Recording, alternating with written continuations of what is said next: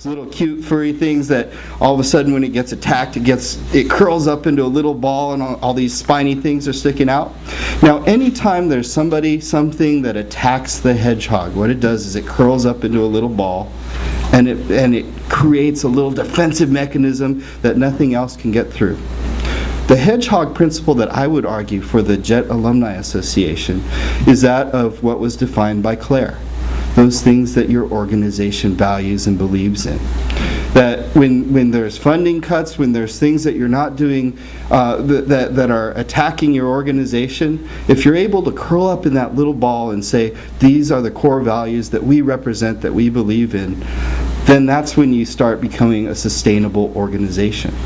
Now what ends up happening is sometimes the reason why people might get involved with JET Alumni Association may not match up. For example, if you take young Kyle of yesteryear that was there to meet hot chicks, that might not have been a place where I would have said, oh, JET Alumni Association is a value.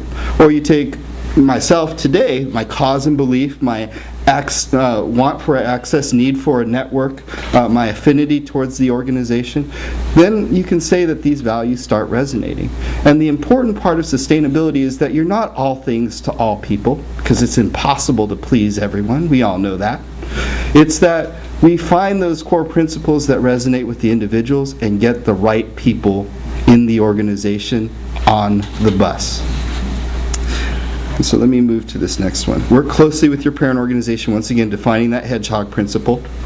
Stick to your core values. Once you're there, how do you tell folks what you represent, what you believe in, what you value? How do you show that in terms of the events and activities that you provide? How do you do that, articulate that on an individual level as leaders of the organization? And finally, examine those volunteer passions and try and move people towards those organizational core values. I think that it is extremely important that you learn how to articulate those values. It's extremely important to show how you resonate those values through the activities that you own and where you get involved. So does this resonate with folks? Is this making sense? Are there any questions? Great. So Paul's going to come up here and wrap up our discussion. Yeah, let's open it up for some questions, because what I love about this topic is I like to describe alumni work with the following cliche. It's the most simple, complex issue I've ever seen. On its surface, what are we talking about? We're talking about people that care about something, people that have had an experience, and they want to come together. You have an organization that has an interest in you coming together. That all makes sense to me. Why is it then that 150 years later, or Harvard 300 years later, you have all of these alumni associations that are rife with challenges, with disagreements, with antagonism, with misunderstandings, with the lack of alignment? How is it when you have an alumni association that is in its formative years, or doing what you're doing, looking at each other and saying, well, this is okay, this is pretty good, but you know what? It could be so much more. How is it that groups like you begin to dialogue on it, and what are the challenges? So maybe we could just take some questions. What do you guys see as things that we haven't captured in this? Where are the obstacles, the landmines that maybe we haven't captured? How does this not pull it together for you and say, well, that's nice, but I deal with this challenge? Let me throw it out for that. Shannon, you had a question. Okay, Shannon and I, we're both Shannons here, are... two country reps. Yeah. And one of the challenges I think that different chapters across the country have experienced, and this is something that's happening in JETAA chapters around the world actually, is how to keep people connected. It's great. A lot of people sign up right when they come back to Japan. Here in Seattle, they get to go to this great dinner at the consul's house. Sometimes they join the chapter for a while, come to a few meetings, contribute to the newsletter. But how do you keep them involved 5-10 years later when they no longer need JETAA, for example, to find a job, to find friends that are other friends interested in Japan? How do you keep them? And those are the people who have the potential to contribute, financially, maybe to provide jobs for other people. How do you get them to connect? And then one of the problems I think that we have is that the JET program started in '87, and a lot of those people who participated the first few years, that was before the internet. And so a lot of them were lost. They never got connected to the Alumni Association. So how do we find them now, and how do we bring them in? Great questions. Everybody hear the questions in the back of the room? Okay, a couple different parts of your question. Let's talk about the last part first, because that's a critical one. You can't have a relationship with people when you don't know where they are. So if you've got 50,000 people on a list, but you only have good addresses for 25,000, that's a challenge that you're going to have to find some way of addressing.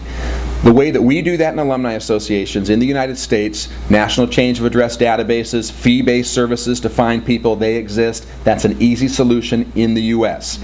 In other countries, very different systems to find people that have been lost. So find out how your technology works first. See how you can capture these people. You need to have them. You need to know who they are before you can start working with them. So I think that addressing those infrastructure challenges of finding people. In the U.S. you can do it. It just costs money. Outside the U.S., whatever systems they use, I'm not as familiar with. But we have the same challenge internationally, trying to find Husky alums that living in Japan, China, and other ways. So we're faced with the same issue, so I was just talking about the other day. So I know that is a challenge. The first part of your question is the more difficult one.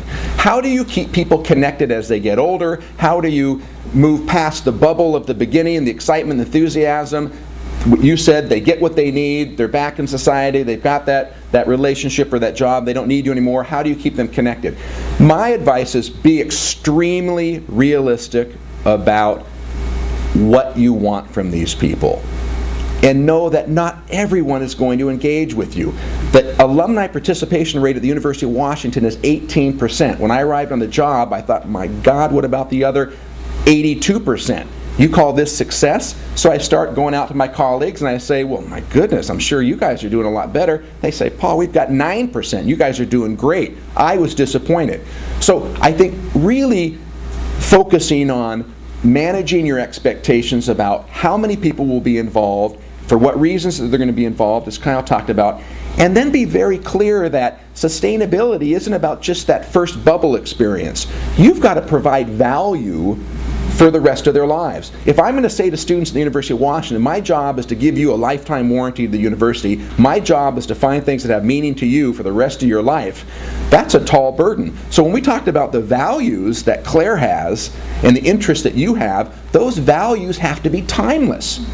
So whether you graduated from JET in '86 or you're coming back last year, the message and the reason and the connection has to be as strong for the '86 grad as it is for the '06 grad. So I think that really being clear about what do you want to accomplish and being clear about how many people are going to participate. One last thought on that. Student programs is the same way. Student government, student clubs, all the student activities. 3% of a student body participates in that. 97% does not participate in it. Many people think that's a failure. I think it's a failure only if the other 97% were not aware that there was an opportunity. I call it my create an invitational environment.